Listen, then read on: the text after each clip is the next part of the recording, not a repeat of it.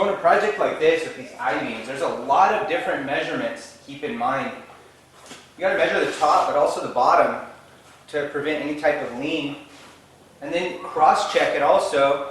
But then another important one is your square. So we're at 46 and 45 and 15/16 strong. So less than a 16th.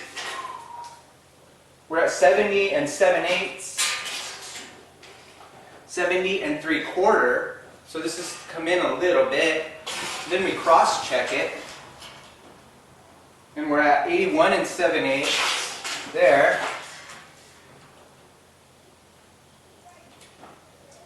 And 81 and 13/16. So 16th off there. But then equally as important is checking the bottom side too. And then also checking your square, which we're pretty close on. So we start adjusting that, and you're going to have a little tiny bit of movement elsewhere. So at some point you just have to work within your allowable tolerance and say, okay, that's pretty darn close, I can live with that. What's more so important to me, this being just the base, is the level of the top.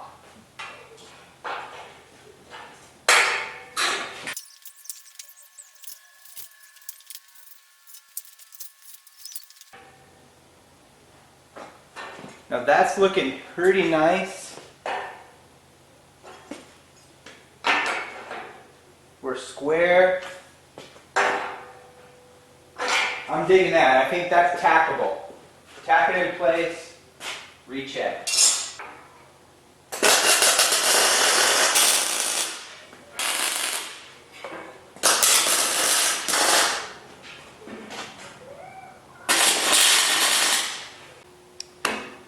Okay, I started doing the layout here and I thought, you know what, I'm going to quick record it and show you guys how I like to do my layout. So, what's going to happen here is we're going to add another beam here and another beam here.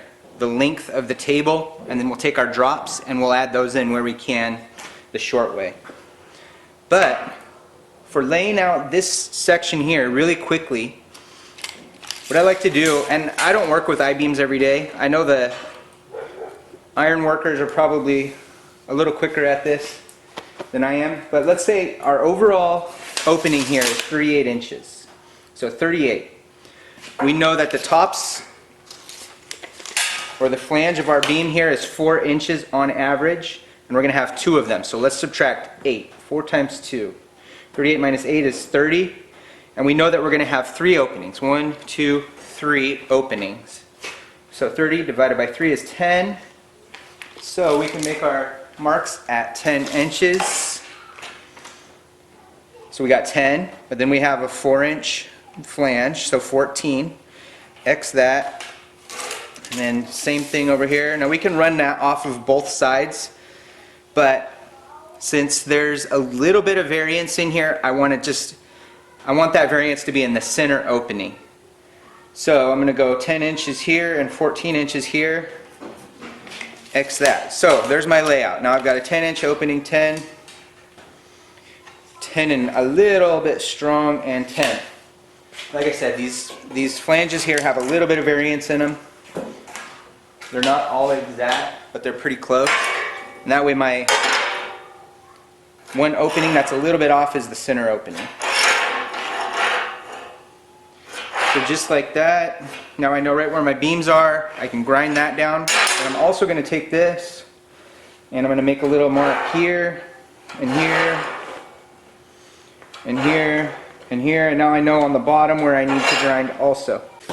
You know, another tip or skill that I would put a little bit of value on in your shop is learning how to burn an inch, learning how to read a tape forward and backward, and memorizing your fractions here. You know, the end of your tape is loose for a reason. That's made to move forward and backward the approximate width of the hook on the end of your tape measure. That way when you're pushing on something or when you're pulling on something, it's compensating for you for the thickness of that metal. But when you're measuring something like this, you don't know if you're forward or backward. You just lay your tape up there and you could be off. That's why it's important to know how to burn an inch. but then be able to do the simple subtraction, you know, 1 inch, 5 inches, so we're 4 inches. But then also carry that over to 15 and 20 and so on. Useful skills. And then your fractions too. You know, just being able to glance at that tape and know your fractions right offhand. Well, that's it. Let's keep going. Just a little shop tip or a little rant there. Alright, so we're going to cut 1 7/8 off of the flange on all 4 sides here, top and bottom, so 8 sides actually, and that way when we remove that flange the web will fit in, and that way the webs will mate up. Now I have this habit of picking up my speed squares, my aluminum speed squares, and cutting, using them for a cut gauge. But you know, if you get up on a piece of slag or roll up on a BB and that torch bites into your square there, I mean, it's kind of ruined. A few years back I made myself a cut guide, and that way when I jump up on this thing I can just re-weld it and re-grind it, and it's worked really well.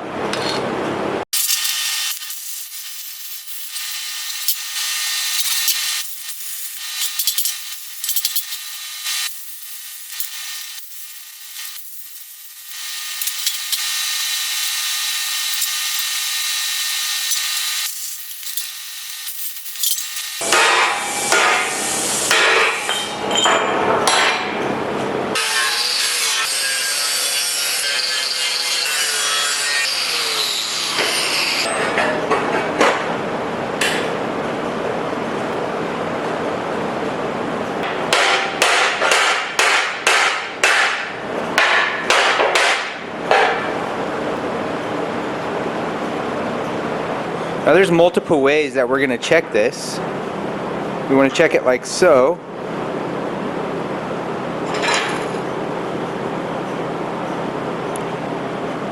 We also want to check it like that. We're looking really nice there. Check it like that. We're also looking really tight there. But then we also want to check it with the laser. Now I've got a plate clamped up on the bottom side, which means the bottom is perfect, but we're more worried about this top. And that's where the laser comes in. So we'll check it with the square, make sure everything's good, and then we'll come back and we'll set the laser on. And if we need to shim with some really thin washers or some really thin pieces of metal to get this top perfect, then we will do so.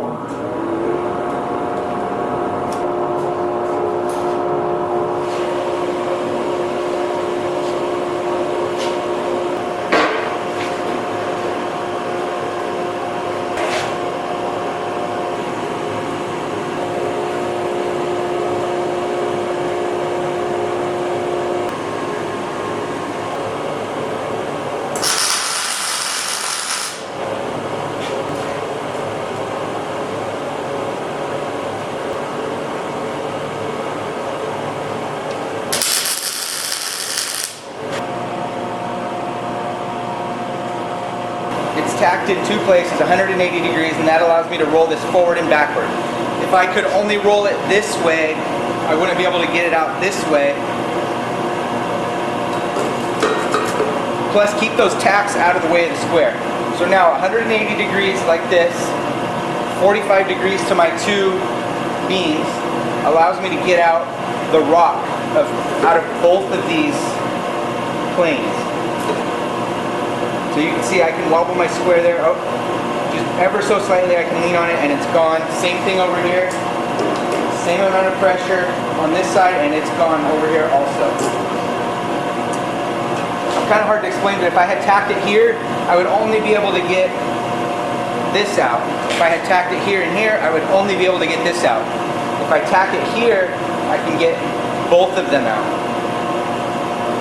Not only that, but keep those tacks out of the way of your square. Either that or you got to take a couple of your squares and put them on the bench grinder and nip the corner off. But then you lose your pivot point also.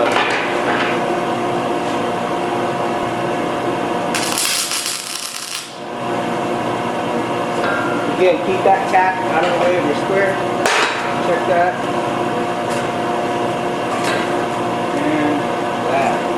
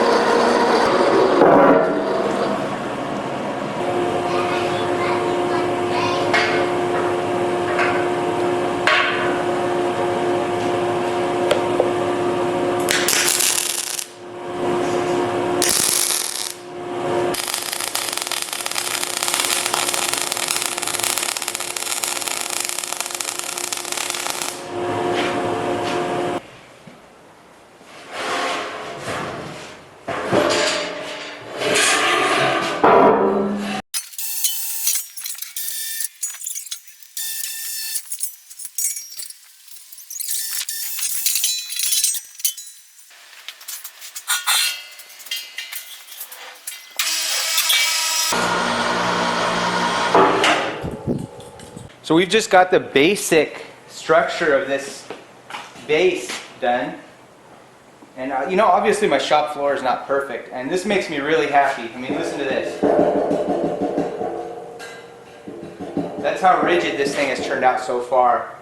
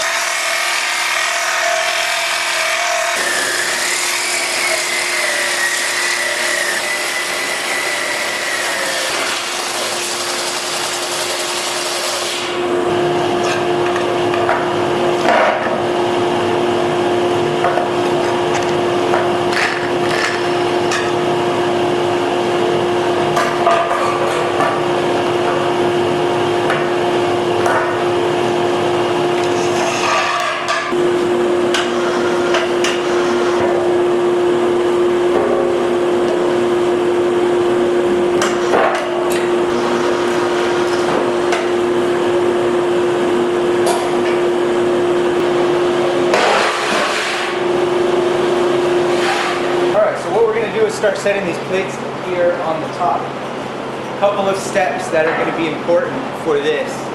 First being, I want to make sure that these plates are square to the base. So what I'm going to do is pull measurements from two places. I'm going to pull them from the far end of this table, base, but I'm also going to line them up along this beam on this side. If there is a little variation, we'll split the difference. And then also we're going to be spacing these 1 1/4 inches apart. So we are actually basing off of each consecutive piece, but we will be double checking against the end of the tabletop on the other side also, just to make sure nothing happens when we get off. The other thing is going to be making sure that we're starting with a level table. That's where the laser level is going to come back into play. So we'll get this thing all leveled out and then we can begin.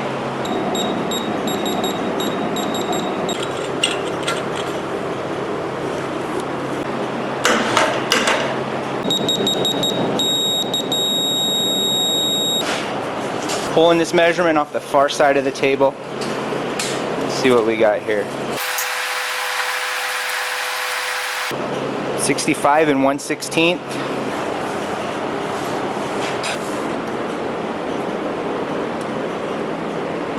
.65 and 1/16. That's pretty good. I'm calling that acceptable. And not only that, but we're perfectly lined up here along this beam. So let's clamp it and get it tacked.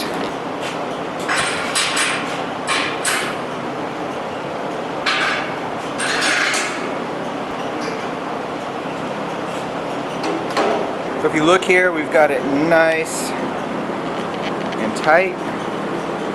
And you come over here, you can see it drops off ever so slightly on that end.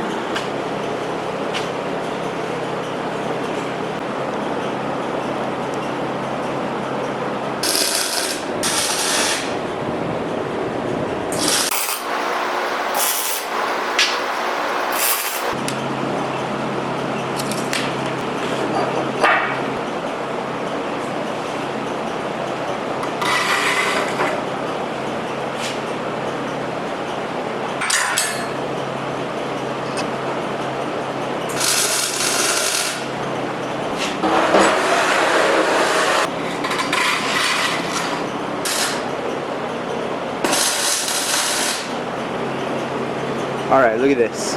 We're on our fourth one here. We've got 43 and a heavy 8th. 43 and a heavy 8. Not quite 43 and 3/16. Not too shabby.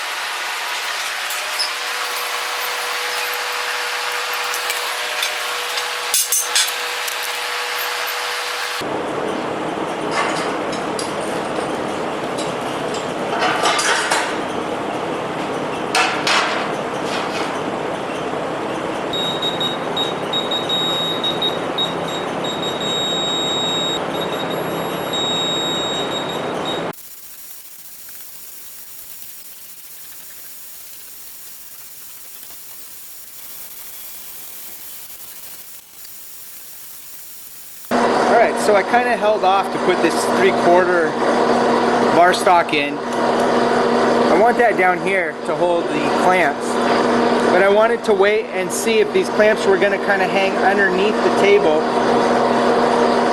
and it looks like they will. You know, you're never really up against the table working unless you're working in the center. Most of the time you're going to be taking a half a step back and doing your work. So I think these are going to be just fine. I've taken some 5/16 nuts and set them underneath this to get it up. The reason is I don't want to trap stuff between here, like dust and grinding slag, sport, all that kind of stuff. So keeping the bottom open, that way I can blow it out.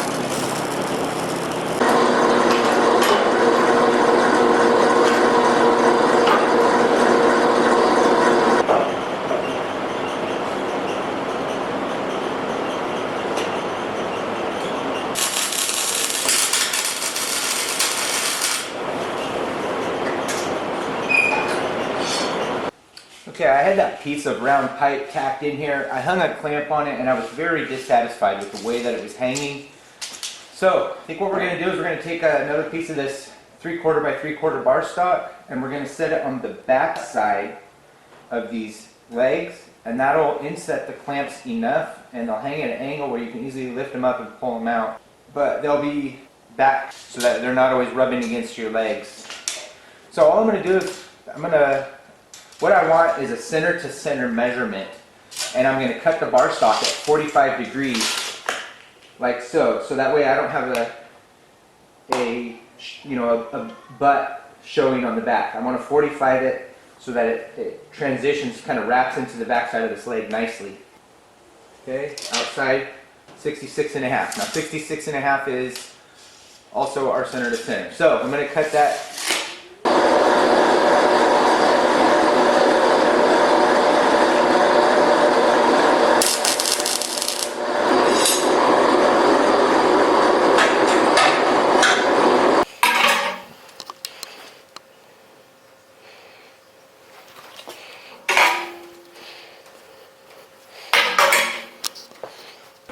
So I've got a few accessories here. I've got the skeleton hand TIG torch holder, third hand, another third hand, and I've got the fixed string jigs here, 90-degree fixed string jigs. I'd like to be able to store these off the ground underneath the welding table. So I built this. We're just going to make a nice little shelf kind of tucked away underneath here.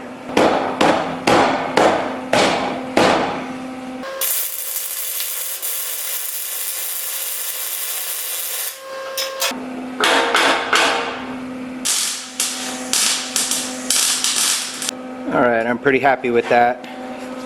You can walk up to the table and it's kind of tucked away underneath but easily reachable.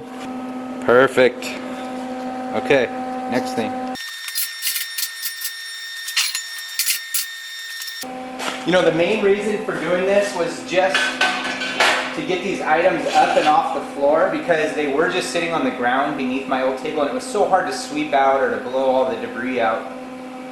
You know, we've been using this table for a couple of days, which I don't think is a bad thing. You know, if you build a table and you're not quite sure how you want stuff, use the table and decide what's going to work best for you.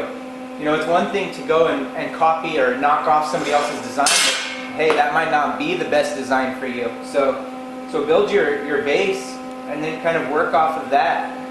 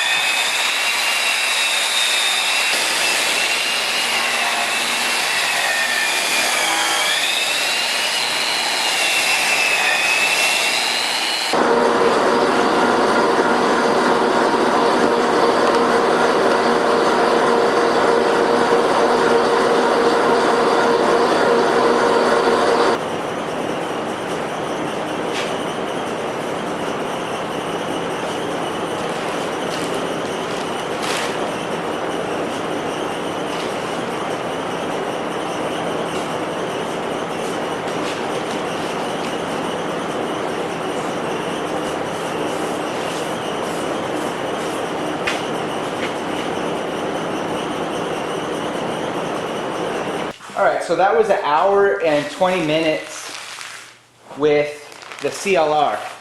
But I think what I'm going to do is maybe put a little evaporust. I've got a jug of evaporust here.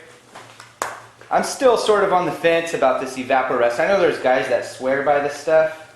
I'm still on the fence. We'll see if this is effective enough to convince me.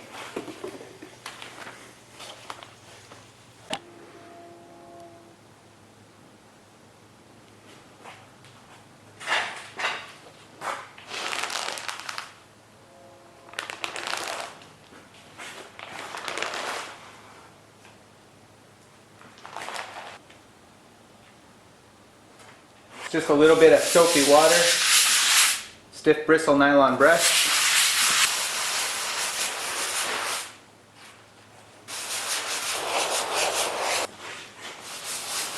This foam I'm getting is incredible. I'm sort of tempted to foam this up really good, lather it up, and let it sit for a few more hours.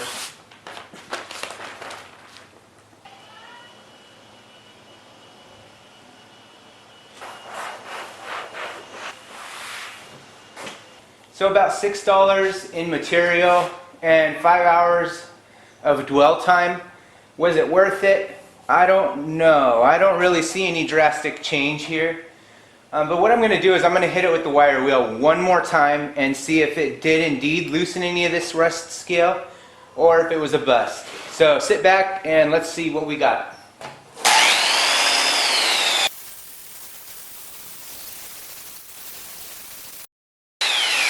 Okay, and I think what we're going to do now is use the table for a while and decide what other modifications need to be done.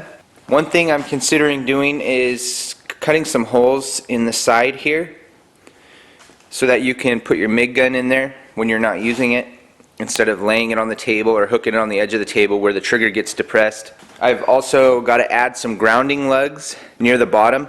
I've got that on my old table and it's a lifesaver. It's really nice being able to just walk over your grounding cords instead of having them up on the edge of the table or clamped onto your workpiece. We've got to add some hooks and also some hammer loops on these legs, but I've got to kind of think about how I want those laid out. And then I was considering adding maybe some type of storage something over here. We'll see. And then I also want to figure out the overall weight of this table. I do have a scale, and the scale goes up to 1,200 pounds. I tried it once already and it maxed the scale out right away. So I've got to figure out some type of lever mechanism so I can take some of the weight off the scale, but then also figure out the formula in order to know what that thing weighs. And last but not least, we've got to add some paint on the base there. Anyway guys, I appreciate the view as always. Thank you for tuning in. If you'd like to see where the table ends up from here, be sure to check out the follow-up video. I always read through the comments. I'd enjoy any feedback or tips or tricks you guys would like to add. And in the meantime, stay safe out there. Catch you later.